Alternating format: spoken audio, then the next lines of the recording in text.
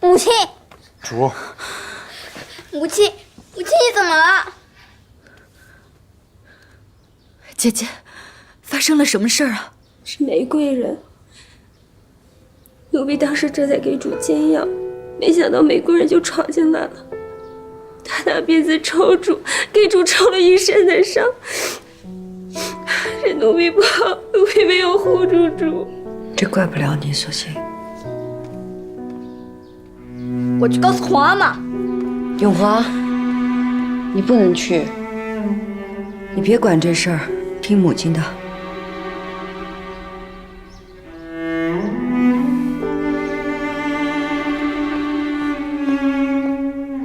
大哥，听你母亲的话，这事你别管，啊。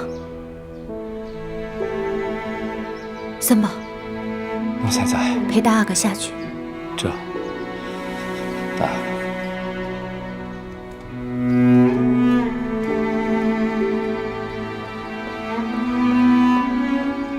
姐姐，我去请太医。海兰，你不用去，这时候不会有太医来延禧宫的。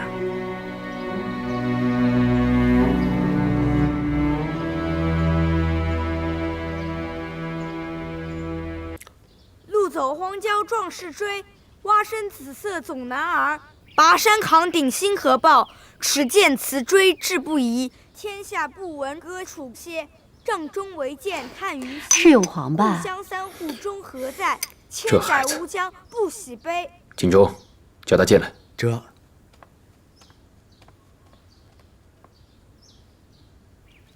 哟，大哥，您这是做什么？您快起来，皇上传您了。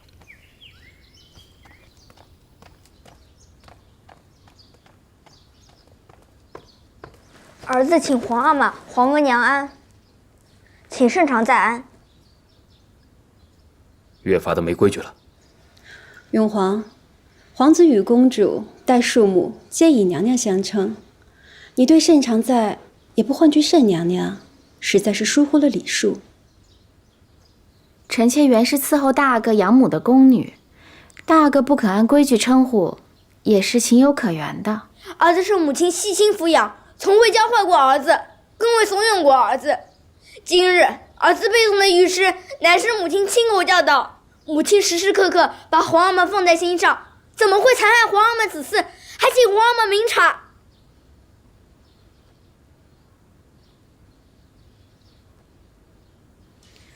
乌拉那拉氏便是抚养了你，才生出了坏心，你实在不必为他求情。大阿哥，乌拉那拉氏疼您，只是想借您邀宠夺嫡，您被利用了，还蒙在鼓里呢。你胡说，就是你被主求荣，诬陷母亲，你会遭报应的。永璜，不得无礼！朕告诉你，也告诉所有人，以后你就由纯嫔来抚养，朕也不许任何人再为乌拉那拉氏求情。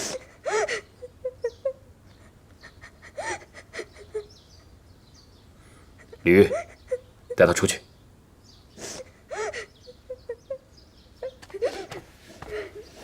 大阿哥，请吧。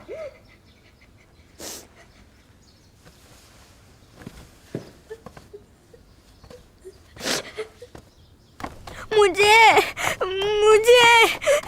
母亲。交代你的事儿都做了。儿子不敢辜负母亲，都已经做好了。皇阿玛生气了吧？皇阿玛训斥了儿子，还说不让儿子再跟着母亲，要让纯娘娘来抚养儿子。那太好了，纯娘娘心思细，她知道怎么照顾你，你有了好的去处，母亲也就放心了。大阿哥，以后有任何事都可以来找海娘娘。主儿，李公公来了。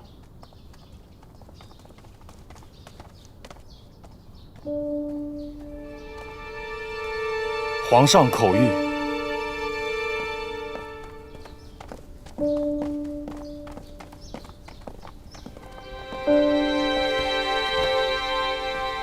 皇上口谕，乌拉那拉氏谋害皇嗣，罪无可恕，褫夺封号，废为庶人，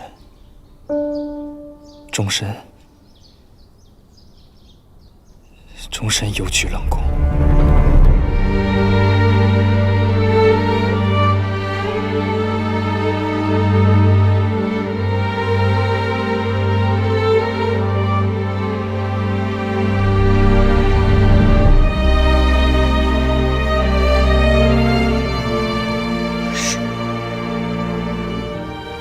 庶人乌拉那拉氏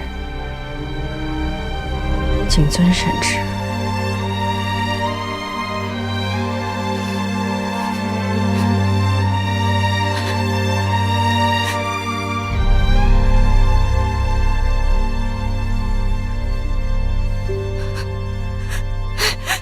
姐姐，遗主，主，姐姐，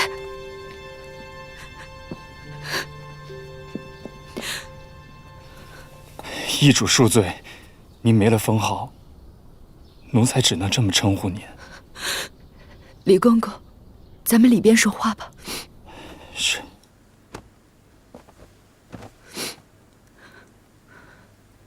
李公公，这件事情还有转圜吗？太后做主，皇上圣旨，再加上阿若身常在得宠，皇上时常让他陪着，旁人想要进言也不能啊。看来这件事，皇上是真信了。一婢娘娘轰了，那就如火上浇油啊！遗主，趁着只有奴才在，明儿又是奴才送您入冷宫，一些金银细软什么的，您就赶紧收拾起来。到了冷宫那种地方，也是需要用钱的。主，奴婢要跟您一起去冷宫。奴才也去。跟我去那种地方做什么？在外边可以找一个更好的主儿伺候。奴婢说过，要一生一世伺候主的。奴才也是。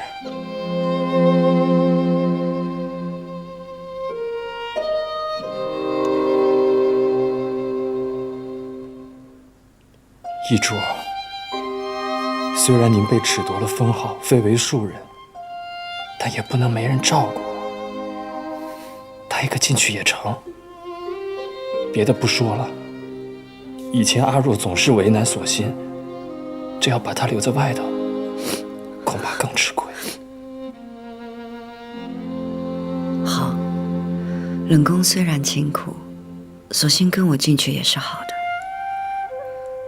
三宝，你就留在海贵人旁边。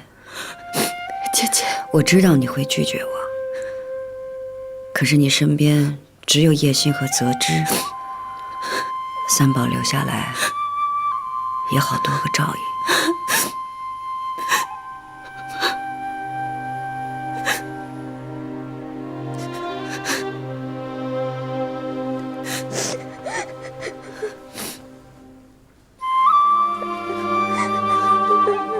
那索性，您陪着遗主，好好收拾一下。明儿我就来送遗主。大哥，您得去纯嫔娘娘那儿了。永华，去纯娘娘那儿，以后再也不要跟任何人提起母亲，记不记得？去吧。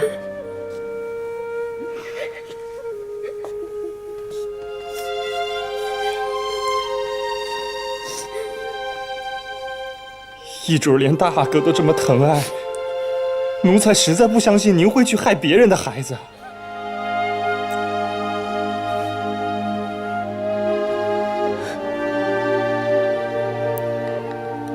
丽月，帮我个忙，我想再见一见皇上。遗主。